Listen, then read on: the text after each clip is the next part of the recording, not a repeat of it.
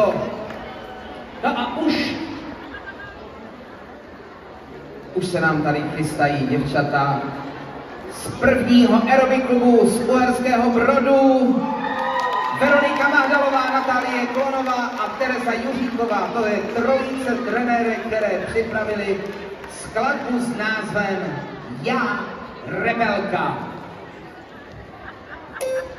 Princezna nikdy neodkládá zbraně na stůl. No, vždyť je to jenom luk.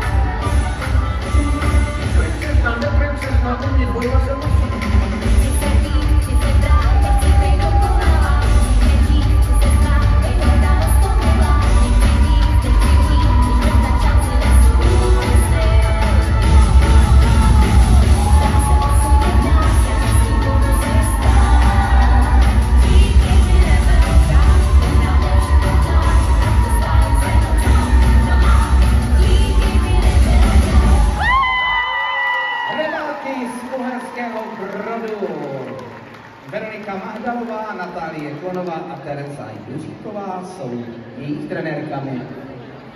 Holky moje, hezký to bylo. Já bych chtěla tady tu slečinku jenom vyzvihnout, ona má nádherný výraz, nevím, jak se jmenuješ, ale na ní bylo vidět, jak je to strašně baví a jak je taková jako spokojená. Tak to je jenom jako pro tebe ode mě osobně. Je to strašně líbí barva vašich kostýmů. Je to ušití a prostě všechno je vidět, že jste nepodcenili, nebo vy, vaše trenérka a týmy, co jsou kolem vás, nepodcenili vůbec nic. Takže si myslím, že jste prodali to, co jste v tělocvičně nakoupili. A tady si myslím, že to vyzbíráte určitě. Určitě spoustu hezkých bodů. Chcete je?